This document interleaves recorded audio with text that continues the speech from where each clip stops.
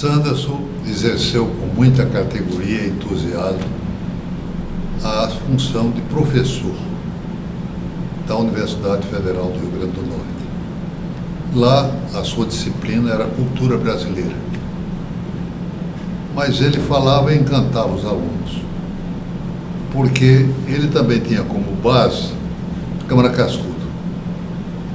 Porque Cascudo é base da cultura brasileira. Ninguém estuda a cultura brasileira sem estudar Cascudo, a não ser que não tenha nível intelectual para entender.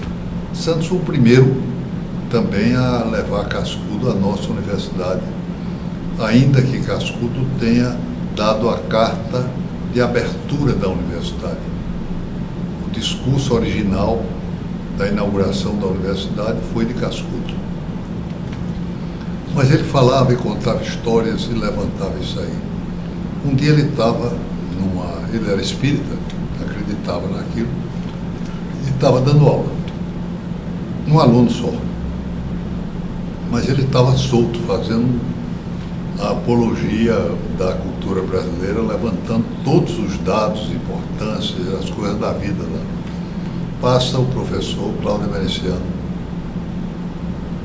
E Cláudio depois chama: Sanderson, você não entendi você com aquela empolgação toda, fazendo um verdadeiro discurso, e só tinha um aluno. Isso você está enganado. Foi um dos dias que teve a maior presença lá. Havia mais de 50 almas, figuras humanas que estariam presentes. Ele estava dando aula para todas aquelas aparições que só ele via. O professor Cláudio demorou e as coisas de Santos e ficou contando essa história. A propósito, ele criou na revista, na Tribuna do Norte, a coluna Quadrantes. E até a última crônica foi quase se despedindo da vida, dizendo que era a hora do repouso. Mas, nesta coluna, muitas vezes estivemos juntos. Eu faço uma coluna, eu faço também uma, o professor Cláudio Emericiano faz. Estivemos juntos ao longo da vida, ao menos ao lado do jornal. E cada dia que eu lia uma das suas crônicas, eu lhe telefonava para comentar um detalhe, uma frase, uma ideia. Uma delas que eu conto era que ele usava uma adjetivação diferente, própria, única. Por exemplo, para dizer que ia buscar na memória alguma coisa, ele dizia: vai ao côncavo da memória. A memória deve ser côncava mesmo, para guardar tanta coisa e bem guardada. Ele usava sempre esta linguagem e bem expressa a sua coluna Quadrantes, que a Tribuna mantém com essa equipe fantástica de lá, que orienta e dirige, mantém até hoje a última página do jornal. Volto a Sanderson Negreiros. Estivemos juntos ao longo da vida em muitas coisas e muitas oportunidades. Ele trabalhou lá, nesta não tive maior participação, foi auditor do Tribunal de Contas. Foi secretário de Estado no governo de Tarcísio Maia e era uma espécie de consultor informal de Cascudo, um orientador, um homem de Tarcísio Maia. Tarcísio, um homem rígido, duro como ele era, mas tinha em Sanderson uma fonte de consulta, de observação para as suas múltiplas atividades como governador. Lá ele se aproximou também do vice-governador, que era Genibaldo Barros, depois reitor da nossa universidade. E foi uma amizade até o fim da vida, até hoje. Genibaldo continuou esse seu amigo. Mas tivemos muitas outras oportunidades. Eu dirigi na Fundação Zé Augusto, no governo Cortes Pereira. Mas fui ser secretário e indiquei Sanderson para continuar o trabalho. Resultado, ele fez coisas magníficas. Eu tinha conseguido que a administração da Fortaleza do Rei Mago viesse para a Fundação e Sanderson continuou com esse trabalho. que hoje, desgraçadamente, está fechada. Porque o Patrimônio Histórico Nacional, que devia zelar e cuidar pelo patrimônio que deveria estar pela Unesco como patrimônio da humanidade, histórico da humanidade, fez uma série de alterações internas e fechou até hoje este monumento do Rio Grande do Norte, que não pertence a nenhum burocrata nacional, mas que parou depois de começar umas obras internas e fechou. Mas eu quero dizer que Sanderson, durante a presidência da Fundação José Augusto, ele estabeleceu uma busca para restaurar a fortaleza, que tinha muita coisa, e conseguiu recursos. O seu projeto de restauração foi aprovado pelo então ministro Delfim Neto, e os recursos vieram para o Rio Grande do Norte estabelecer e cuidar do seu maior patrimônio físico, que havia muitos patrimônios intelectuais, como o próprio Sanderson era um patrimônio maior. Sanderson, na fundação, também criou coisas novas. Uma delas, o Circo da Cultura.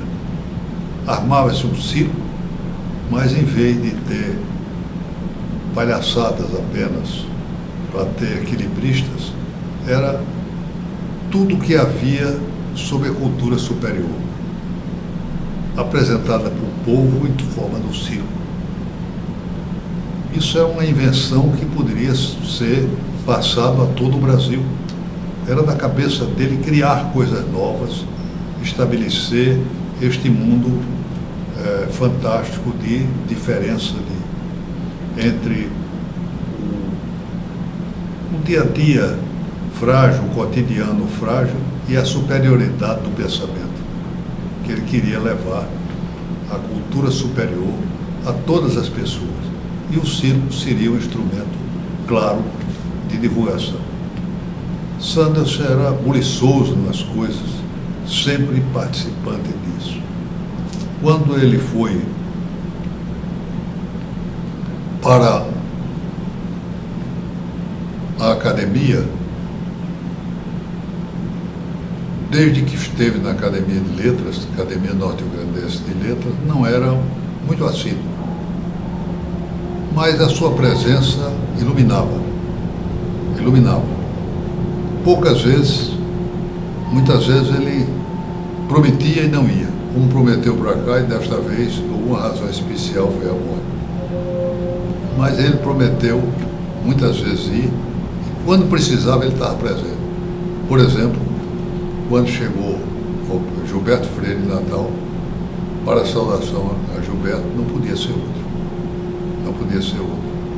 Era ele, até porque ele era, como eu era também, distinguido por Dr. Gilberto, como uma pessoa reconhecida por ele, reconhecida dentro da alta importância da cultura brasileira que tinha Gilberto Freire. Santos deu um show, apresentou e encantou o próprio Gilberto com a apresentação que ele fez lá. Éramos esse amigo permanente. Conto uma história que não foi muito agradável para mim, mas hoje me fica como uma coisa engraçada dele. Uma única vez nós brigamos, discutimos qualquer bobagem. E nessa bobagem ele foi lá em casa, eu morava numa pensão, na rua, novamente, na rua Princesa Isabel. Sim, quando morava na rua José de Alencar, a rua chamava da Estrela no passado. E eu brincava com ele dizendo que ele não devia ter mudado o nome da rua, porque ele estava morando lá, só quando ele saísse foi que podia mudar, porque Ei Rua da Estrela. Como é a Estrela, era ele próprio. Mas eu morava na Princesa Isabel, numa pensãozinha nos fundos, meu quarto era no fundo lá. E ele veio, talvez, fazer as pazes, mas ainda irritado. Lá, eu fiz que não viste, vi que ele entrou na casa. E ele vai, passa por mim, vai até o quarto e depois sai apressado. Eu chamei, Sandra, ele não deu bola. Na rua ele saiu distribuindo todos os meus pertences. O que era? A saboneteira ele botava aqui. Saía correndo, eu correndo atrás, ele 50 metros depois ele jogava uma toalha. Depois um sapato, um chinelo.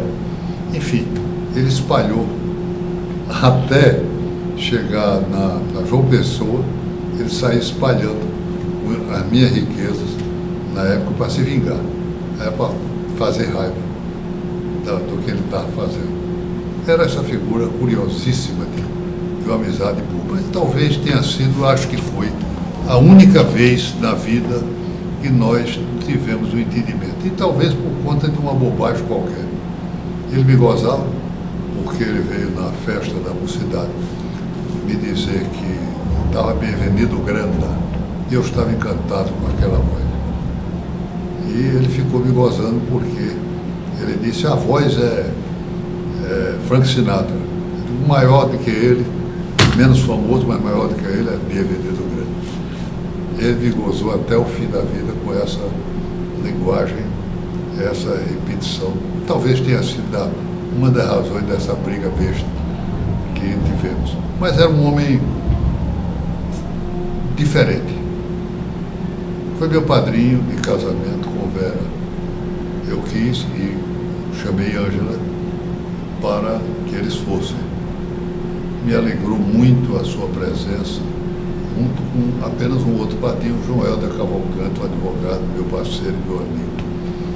Mas foi uma noite bonita de aproximação, de presença e de reconhecimento da amizade, da parceria permanente que tivemos ao longo da vida. Sanderson Negreiros. Como